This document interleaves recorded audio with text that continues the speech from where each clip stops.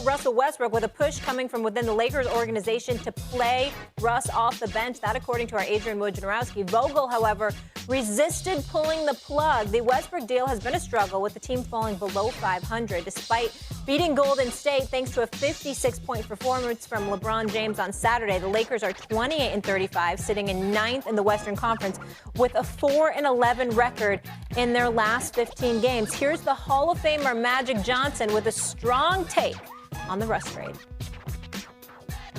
All is not lost because we still have the play-in game. So if we can get through that, get to a series, yeah, we'll play one of the best teams in Phoenix or Golden State, but I'd rather for us to be there, because if we don't, this trade could go down as the worst trade in Laker history. Whoa! If we don't get out the play-in game, that's what'll happen.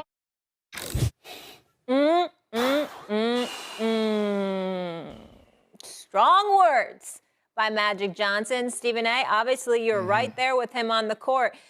Is the Westbrook trade the worst in Lakers history? Well, let's go with what Magic Johnson said. If they don't get out of the play-in game, it could go down as the worst. I think we'll all say it's the worst. And I want to preface my comments and I want to address all the Westbrook supporters, himself, his family, and everybody else.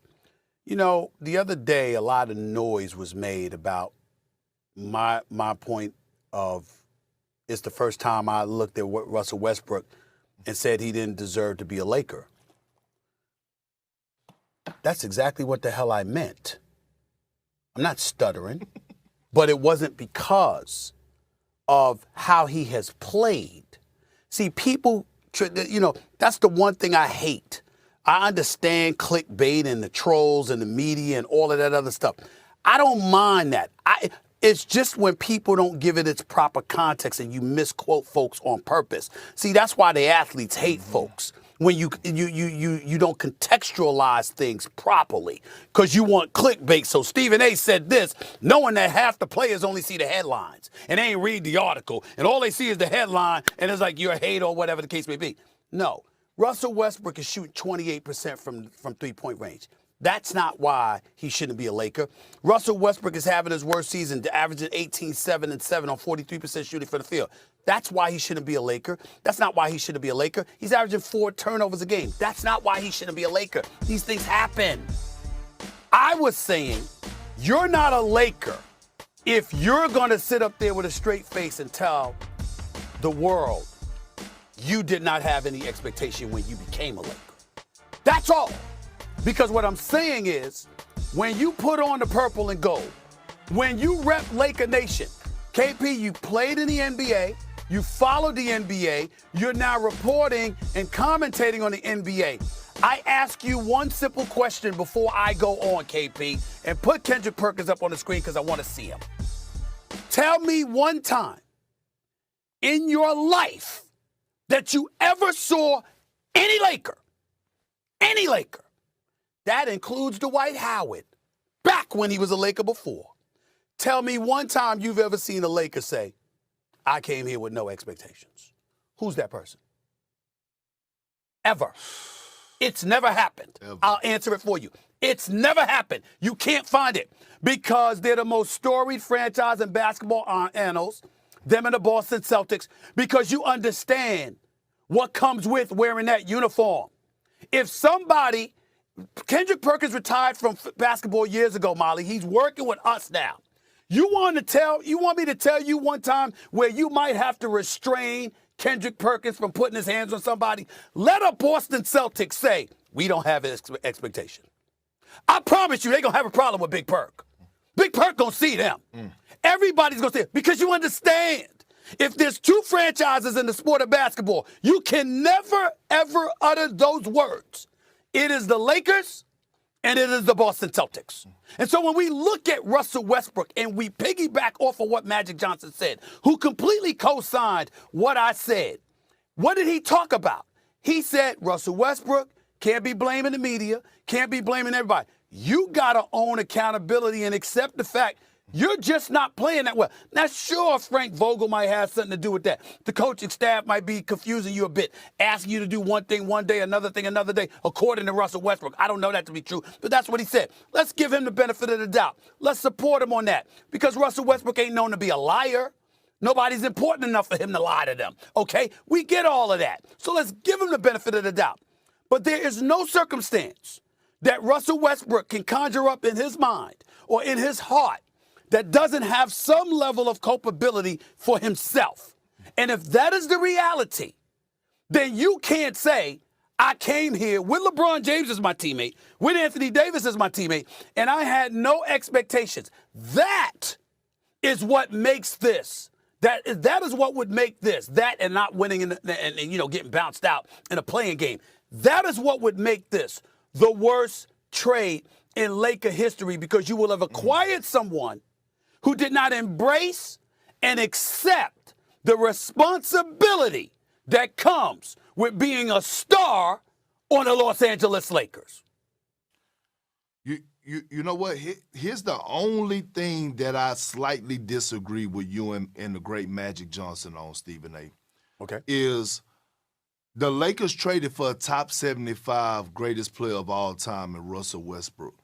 They didn't really have to give up much.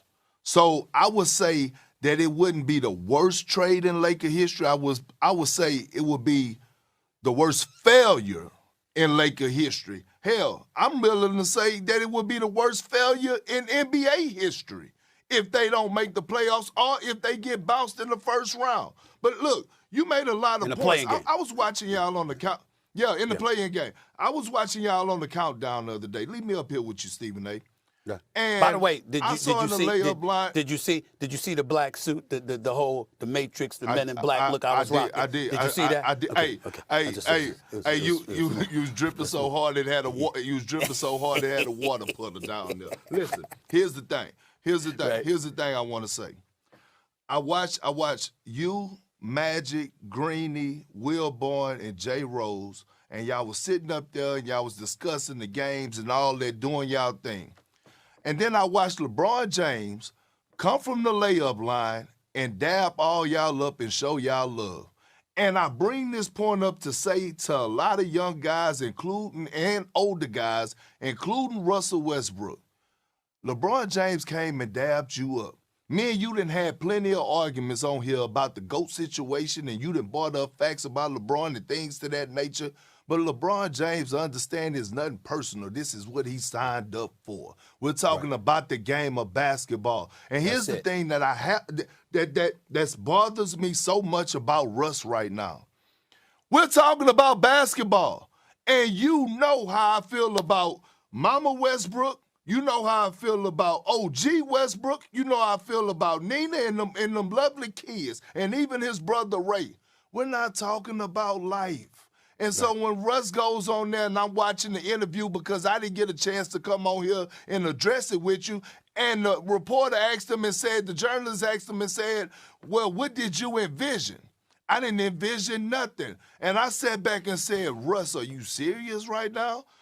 Why in the hell did you sign off to go to the Lakers if you didn't envision winning the championship? See, you can't go on there and say things like that. That's when Magic Johnson come on Countdown with y'all and get pissed off and say the words he say, or the great James Worthy say the things that he say when he say things pregame. So look, man, at the end of the day, the Lakers are done.